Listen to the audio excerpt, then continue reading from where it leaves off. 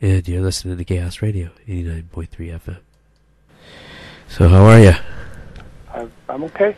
Yeah, and thanks for taking time to share with us. You sound a little bit like myself, so we won't talk very long. I've been really thinking about all the things that are happening in the world right now, especially with the pipeline and all those things that are happening that are against Mother Earth. I don't know the word that I'm looking for, but people don't seem to get that we're destroying everything around us. And then the latest with what happened in Brazil, I just want to get your thoughts on that and just share what's on your heart this evening. Oh, well, I don't know where to start, really, because it's ongoing. And think about defense of Mother Earth. I think Native people have been doing it for 521 years here in the Western Hemisphere, and especially from a place called Turtle Island. And we have to think about that and how, the attitude towards Mother Earth is not the same as it was back in 1492, and seems it has been certified in a sense by the way, especially by the language we're speaking in just a foreign language to Turtle Island. So we're going to have to somehow meet it out in that sensibility of the language. And I think that the key, one of them, is the survival of Mother Earth is the attitude that we have towards Mother Earth. And I don't know, you make this a personal thing, is that, if you were, in some cases, Native children on reservations, I'm talking about real reservations that had, all the confines and illnesses, social ills of colonial people, things that were brought to us that we just didn't understand. First thing is dominance. I mean, how do you dominate Mother Earth? How can you have domination within the thought process of doing it to Mother Earth that way? Very patriarchal. And if you say so, it's going to be very matriarchal, which is another form of dominance. But if you understand Native people, it's really about matrilineal, and everything goes through the mother. Not that it's matriarchy, or patriarchy, because archy, all that means is royalty. And so when you think about how the attitude started and how it was met here in the Western Hemisphere, it's still ongoing. I mean, we can call it all kinds of things, but what I'd like to address is our ideas of what sovereignty means, which is like totally silly thing to me. Sovereignty, what is that? It's like, now we're fighting for sovereignty. Now we got to tell other people, ask them for our freedom when we already know we are born with it inherently. And I don't get it, because that's still the colonial way of thinking, is that we're going to get treaty rights and sovereignty if we just keep fighting for them. So it's like, okay, now you take that mindset back to Mother Earth. You take that to Mother Earth and you think about the attitudes we have acquired from the colonial mind about defending Mother Earth. Now, it's sort of, in a sense, it's nice. It's nice to think that's a good sentiment, and it's quaint to think that way, but I think it's another way of thinking Mother Earth is ill. Like Mother Earth is patient, and we're forgetting that we are the ones who are sick. And when you go back into all indigenous peoples' places within the life cycle of Mother Earth, then you think about how they must have lived, and not having to defend Mother Earth, but to sustain Mother Earth, and how they nourish those parts of the land where they lived within that were borderless. And so that, to me, speaks of an attitude we have that is an original thought process with Mother Earth, is to know that you have to nourish Mother Earth. And we're not talking about farming techniques or wind turbine technology or any of those things, that technology which has gotten us to this trouble right now, that we're still having solace in the technology that has got us in trouble. And because we don't know any other way to think. So let's go back to the attitude of indigenous peoples and the values, and especially the attitude that hold key to the survival of the human species on this, as they call it, planet. And so I'm thinking about how that is done with the people in Brazil. Now, when I was doing Radio in Chaos back in the mid-'90s, I would say, I was reading articles. The internet was new, basically, and I was reading articles about the Uwa and other native peoples in South America who were choosing to die. At that time, in one tribe, quote-unquote tribe, I think there was 12 left, and they all chose not to procreate.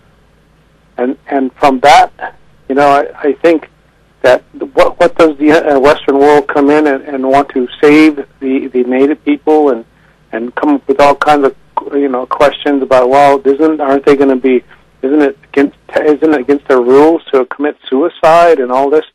But when you think about the old people before America ever showed up, the old people had a choice.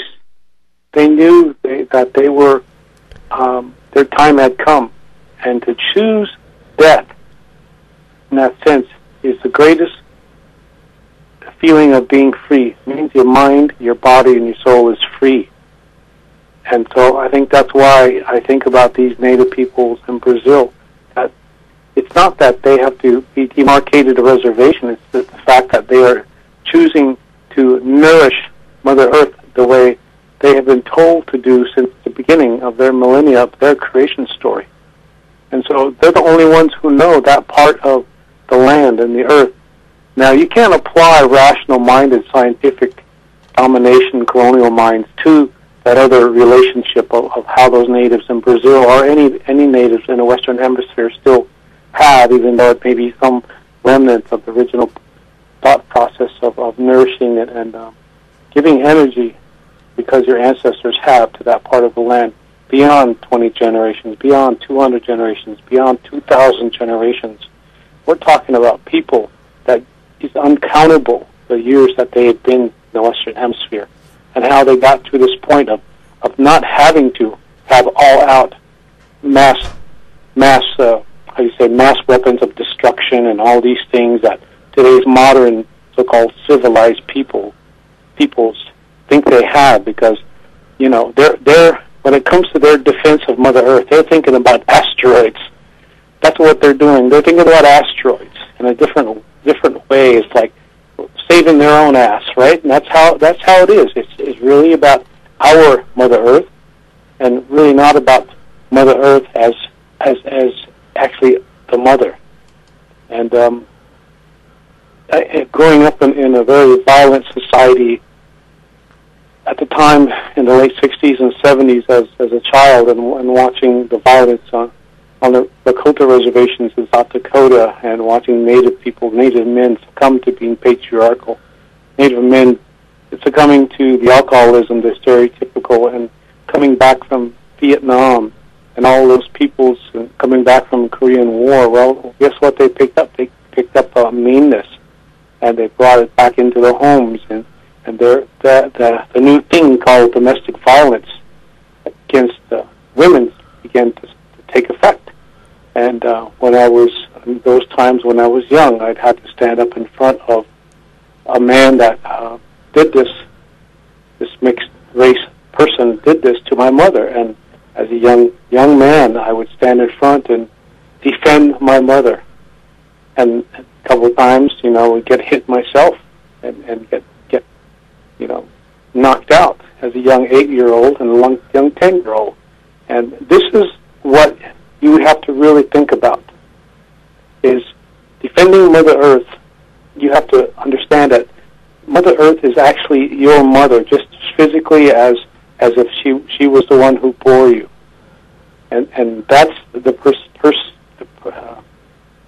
person it is. That's who she is, and that's who we have to defend, protect, and to nourish, and to honor. And it's unfortunate a lot of men and women have forgotten how to do that because of, the patriarchal ways and dominating ways and aggressive ways and competitive ways and the capitalistic ways and the democratic ways and the Christian ways and the colonial ways and all the ways that are not Mother Earth made. They have just to be some aberration of somebody's idea of domination, and that they can actually get away from the natural processes. And I think that's pretty much is what's going on, is that it's the attitude toward the native peoples within the Western Hemisphere by the Europeans who came here. And I say Europeans, I'm talking about all those countries from the Arctic Circle up in Sweden and Norway and Finland, Russia, all those things, all those peoples down to, the Italy and places like that. Even the Middle East, who brought the same kind of domination over here. I include them. Even now, what they call African Americans, who have picked up the American part. Even the native, quote-unquote, Americans who have picked up the American part and began to think and say and do and be the same way as Americans. And, show the symptoms of it, but not having to do anything with the critique, not wanting to hear the critique that is going on with defending Mother Earth today, as those peoples who are looking at the XL pipeline are. And we have to understand the older generations, one older than me, are still picking up the word sovereignty and trying to make it roll through treaties and things like that. And I'm still saying, no, it's not that anymore. The treaties are important, but I think it's the fact that you're still going to a system that had native chiefs, patriarchal viewed native chiefs, in a sense, put their ink, their thumbprint in ink down, while the government agents would sign their names, their own government names, in pencil, and so that they would continually change the rules as they went along. And so, who's to trust those treaties?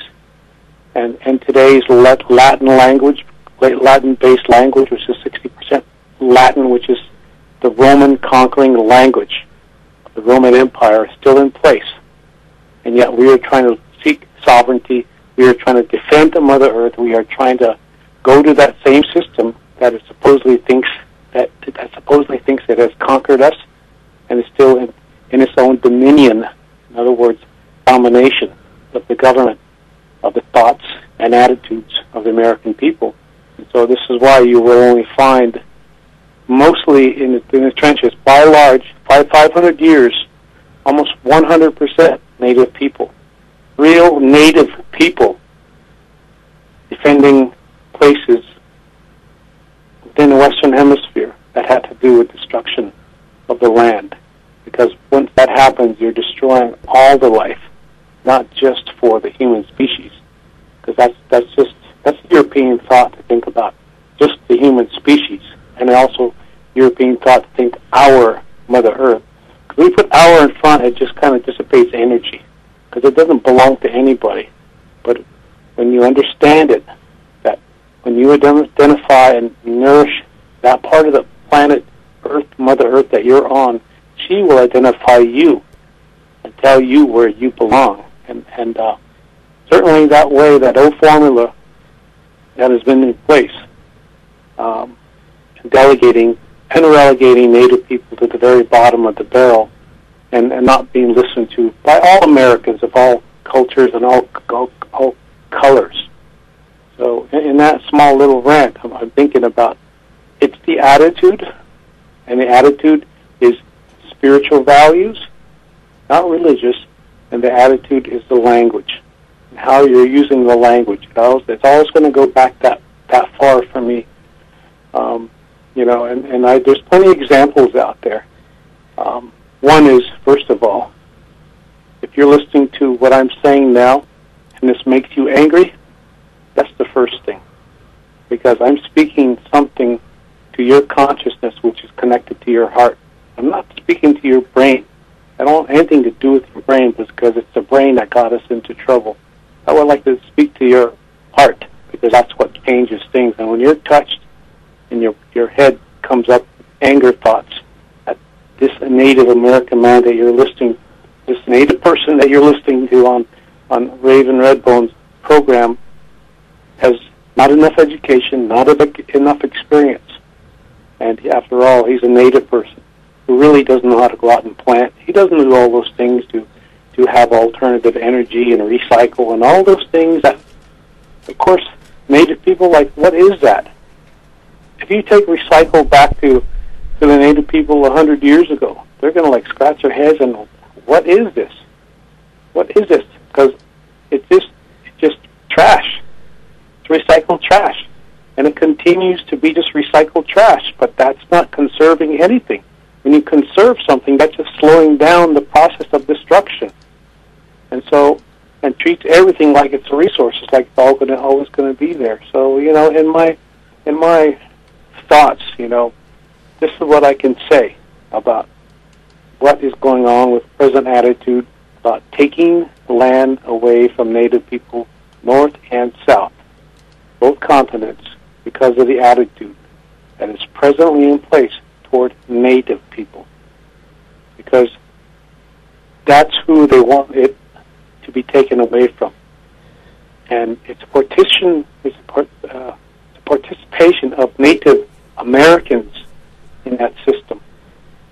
That is the downfall of the Native person. When Natives become Americans, a Native American, it's almost like, okay, then our history only started in whenever they gave the name to us, Americans.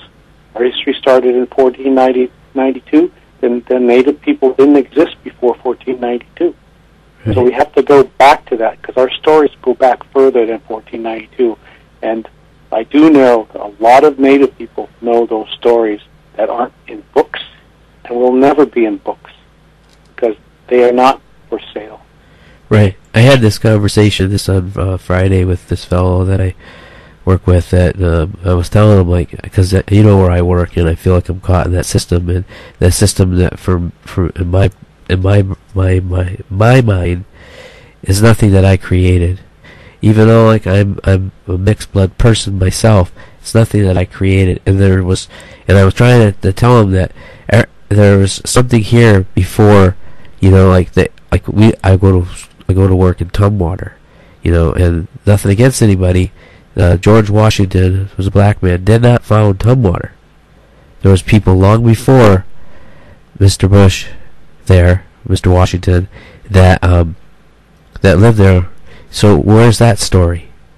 You know, when they only go back a certain amount of, you know, time, and then I was telling them that, like, a culture came here, and it you know, clashed with another culture, and it kind of rammed it down its throat, and they didn't want it then, and they don't want it now, and then everybody else that came after came in search of whatever that American dream was.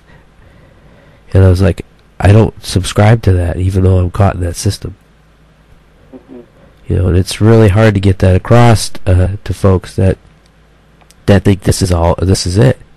It's always been here. And I was telling them there was, you know, the word Indian, that's not who they are. They're the people. They were always the people. I said, and what you just said, that's what sparked it. That's like, so when Columbus got here, he called them the Indians, and then after that they were Native, and then after that they were Native American. And their history goes way back before that. And that was something I was trying to get across. I didn't say it as well as you just did, but you know, like, it's important for us to know that there was people long before anything came to the shores. Yeah, you know, and that I don't know, deadening thought of denial that it is to really try to kill any memory, even in their own history, or any factual history that they can bear to put in their own books, or the alternative or the conservative class, which is still the ruling class, a lot of Native people, because they get most from the system that they have created. They cannot, I don't know how you can say it, you know, they would rather make it the shortest conversation about Native people, Indians, Native Americans, Indigenous, whatever name they're coming up with. But when you say original peoples, you know, it's like, oh, we're all original peoples to Earth. So it's like, let's spread it around instead of, you know, that sort of a dismissing and denial of the responsibility of how it's happening here on you know, within the Western Hemisphere. I think what we often run into as a Native people is the constant denial of everything here, everything. The language within the, I know the complexity of what they continue bringing. That was then. This is now a mentality that it doesn't count now because we're a new Earth, we're a new country, we're a new nation. And see, look, we've given you Native peoples some things at least. Wasn't it better for you? But they don't go back. They cannot. They don't. That history is kept from them. Either they're naive about it, or vulnerable to the ignorance, basically, and accept that so much easier than the truth. That no, look, how many diseases were brought over here, the real history of how many massacres were happening. Instead, they would rather bring up one thing, the alcoholism. Oh, let's bring up the wars. Oh, you also killed our people too. But in mass scale, to continue doing this with the sleight of hand that is very obvious to a lot of Native people who have their eyes open, because that spirit of denial is still here, and it's still here. I mean, and I don't care what other people think, even Native people who don't like what I'm saying here, because it's within us too. That we're trying to find what they describe as freedom without ever knowing what being free is about, except for those Native peoples who are still in the struggle of defending and nourishing Mother Earth. We can come up with all kinds of rationalities. I can critique forever on some, like Facebook or wherever, and I can continue to critique, because it always makes for good conversation. But until someone is there, until I see all colors of Americans out there helping Turtle Islanders, the original peoples, to defend and nourish Mother Earth the way the Native peoples do it, not some alternative class, not that they have learned to within the system because the system allows them to. Because when you see Native peoples, it has nothing to do with the American system. It has nothing to do with domination. It's a very different one. It's a very different language of action, and that action is not defined the same way in English as it is. The definition, I would say, the action is a spiritual action, and that's the values of how to live with Mother Earth that has never happened yet with the people that have come here from other places. So I'd like to say that much.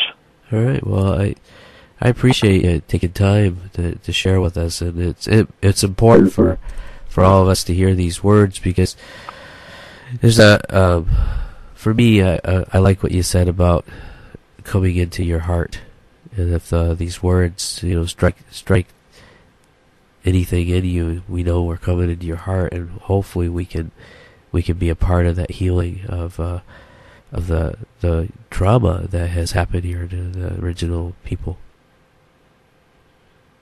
Yeah, and it's important also for us people that that we understand that trauma, because if we as Native people understand Mother Earth is also still suffering the shock, the PTSD that system has brought here.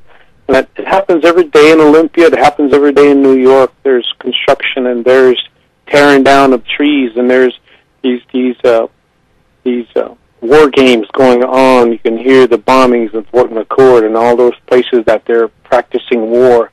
You're talking about a shock, a PTSD, and Mother Earth on this side of the planet has been suffering that for 500 years, and it's showing in the peoples who have tried to defend her in that sense of nourishing her. And we are doing what we can because that's our backbone. It's our mother, and we are hanging on for dear life to do that.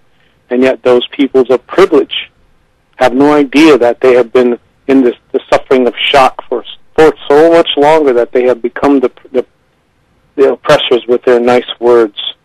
And those nice words have to do with green economy and green ecology and green, security and all those things that really have no basis of really actually healing anything. I think if we just understand Mother Earth can do the healing if we just let her alone. But that's That's just the way of these people nowadays, and I include Native Americans in that, and often want to look. It wasn't a cultural clash for me. It never has. It never was a cultural clash, because that's colonial history. It's always been about one was not a culture, one was a culture. So where was the culture clash?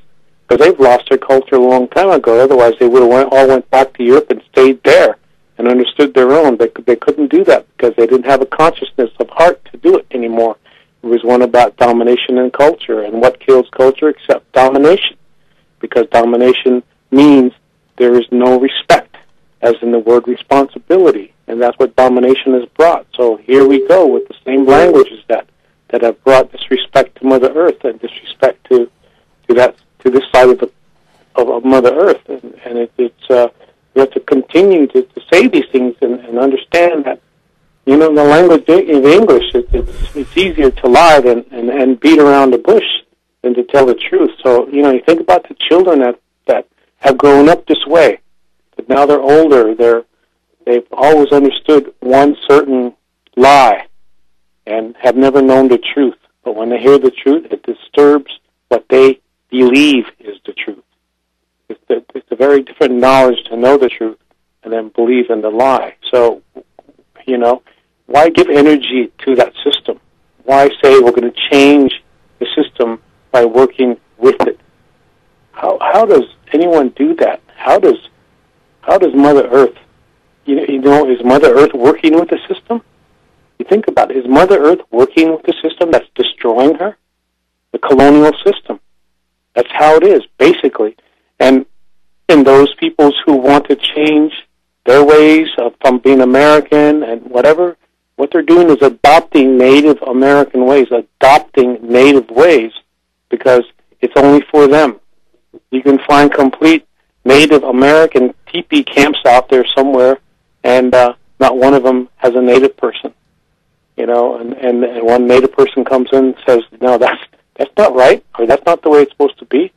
Well, they're cast out, so you often wonder, how long can this go on? It just feels that the same question has been asked for a long time, because you're still looking for the answers within the system, and it's not within the system. It's not out. It's outside of that box of the system. It's outside of that bomb of thoughts that they have brought. Some people have said that. I think it was some Arizona person, even Navajo, who said, think outside the bomb. Oh, that's what we have to do now, because you think about Fukushima, all those places that have continued here. And anyone who thinks that this is the way that we're going to overcome ourselves has got to be the biggest fool in that thought process, because that thought process has always been about destroying Mother Earth, and that's it. That's what it is. So I think it's more about a spiritual warfare of the attitude that we have, and we have to commit ourselves now to defending Mother Earth more so than ever. And we're never going to have the numbers as Native people, and I think maybe that, in a way, is a detriment to us, but not really, because the other idea is that we don't have the numbers. We sure have the ancestors and the ancestry that's here in the Western Hemisphere, because that's really what it's about. The ancestry is here. The energy is here. And as I've said before, there's been a thought process that's been here long before Columbus, and it's still going on. And those who fail to recognize that will be left out, really. And I don't want that to happen, but because of their domination process, that it's either or not. It develops, it evolves into the us and them. And it's because the simple language we speak of English, it has no relationship. It only has rationality. And that's where it is. I hope people can understand me. So that, anyway, Brian, but thanks for letting me, sort of ramble here. Thanks. No, I appreciate you taking time with us and sharing with us. It's really important. And I remember listening to Oral Lyons a while back, who said that, well, there's no more indigenous people that are dropping tobacco or taking care of the earth in this way. Not one of us can live here. And I know that to be true. And that's where we're heading. And the more that I look at what's going on out there, I mean, I interviewed Russ Wheeler. He was on the air with me in Chief Lane, and his words are in my head. He says the tar sand's the world's largest carbon bomb. If it goes, we all go. You know, like, it's just common sense that we start listening to the original people. Yeah, I think so. You know, when I just went to another country, and they don't have a transition word for Native American or First Nation. They can't understand it. They don't know what that's about, because Native and American are very oxymoronic to each other. One is materialistic, while the other is non-materialistic. And so the First Nations also, you know, they can't understand what Native American is or what First Nation is, and yet we just kind of go along with what terminology they're calling us, and still, you know, kind of kiss the feet of the colonizer, and no matter how nice they are to us, we'll continue to do that, because we've been beat so long that we don't know how to come out of that. And I think it's going to take another shock of Mother Earth to do this, to bring us out, not to wake us up, because I think a lot of us have been pretending to sleep, and you can't even wake up a pretending man who's pretending to sleep. So, you know, that the old worn-out terminology of wake up and we are all one, because we are all one is not the same as we are all related. It's not the same. One is monotheism, and all we are all related has to do with many things in respect of each other, and that has a totally different definitions. We understand it that way, then we'll understand what equality is all about.